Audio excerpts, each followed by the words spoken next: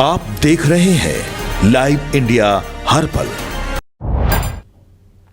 नमस्कार, आप देख रहे हैं लाइव इंडिया हर पल। मैं हूं आपके साथ रेखा मिश्रा। बिहार सरकार ने अपना बजट पेश कर दिया है और बिहार सरकार ने अपने बजट में महिलाओं पर खास फोकस भी रखा है, जिसके बाद से चर्चा जो है वो काफ़ी ज़्यादा तेज है। दरअसल बिहार सरकार ने अपने बजट में महिलाओं और सामाजिक समूहों को आर्थिक रूप से सशक्त बनाने पर खास जोर दिया है। मुख्यमंत्री महिला रोजगार योजना के तहत अब महिलाओं के द्वारा बनाए गए उत्पादों की बिक्री के लिए गांव से लेकर शहरों तक हाट बाजार विकसित किए जाएंगे। इसका मकसद महिलाओं को सिर्फ उत्पादन तक सीमित ना रखकर उन्हें बाजार से सीधे जोड़ना है, ताकि उनकी आमदनी स्थायी रूप से बढ़ सके।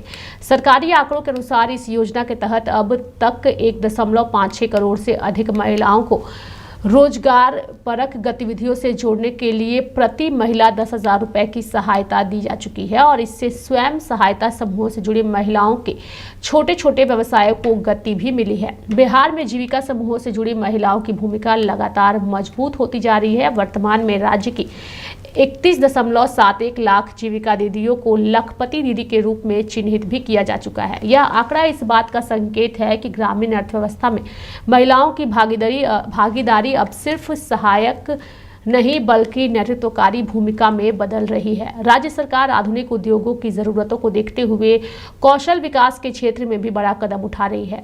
हब एंड स्पोक मॉडल पर आधारित मेगा स्किल सेंटर की स्थापना को मंजूरी दी गई है।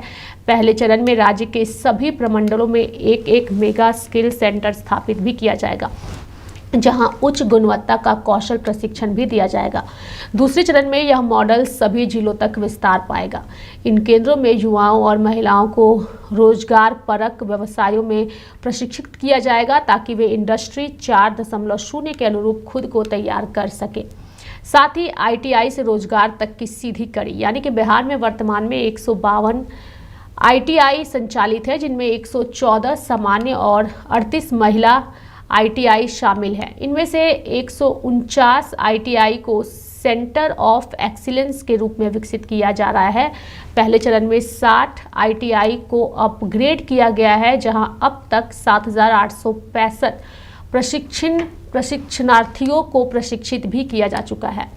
वहीं वित्तीय वर्ष 25-26 में अब तक नियोजन मेलों के माध्यम से 19,553 और नियोजन कैंपों के जरिए 22,329 आवेदकों को रोजगार के अवसर उपलब्ध कराए गए हैं। युवाओं को रोजगार सहायता देने के लिए एकीकृत निबंधन और रोजगार पोर्टल का निर्माण भी किया जा रहा है, जिससे नौकरी की प्रक्रिया और पारदर्शी हो सके।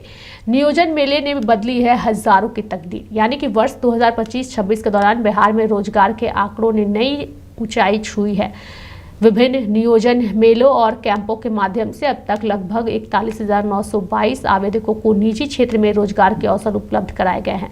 सरकार की योजना है कि कौशल विकास और डायरेक्ट प्लेसमेंट के इस मॉडल को और अधिक प्रभावी बनाया जाए, ताकि राज्य के युवाओं को पलायन से ना करना पड़े और दूसरे राज्यों में जाकर के नौकरी ना करनी पड़े। सबसे बड़ी बात है कि बिहार विधानसभा चुनाव के दौरान और उस चुनाव से पहले जिस तरीके से फोकस बिहार सरकार का महिलाओं पर दिखा था और उसका फ़ायदा बिहार में नीतीश कुमार की सरकार को हुआ है, वो फ़ायदा और उसका असर बिहार के बजट में भी देखने को मिला, जब महिलाओं के लिए हाट बाजार को लेकर के जो है वो बजट लाया गया और उसमें बताया गया कि महिलाओं को अब सीधे तौर पर जो है वो हाट बाजार के माध्यम से बाजार तक लाने की कोशिश की जाएगी, ताकि वो सिर्फ और सिर्फ अपने विकास और आत्मनिर्भरता की ओर वो आगे बढ़ सकी। और यही वजह है कि अब चर्चा जोरों पर हो रही है कि बिहार में जो बजट लाया गया है उस बजट में महिलाओं पर खास फोकस किया गया है और बजट में महिलाओं और सामाजिक समूहों को आर्थिक रूप से सशक्त बनाने पर खास जोर दिया गया है। मेरे साथ फिलहाल अभी के लिए इस खास कार्यक्रम में इतना ही। आप देखते रहिए लाइव इंडिया हर पल। नमस्कार।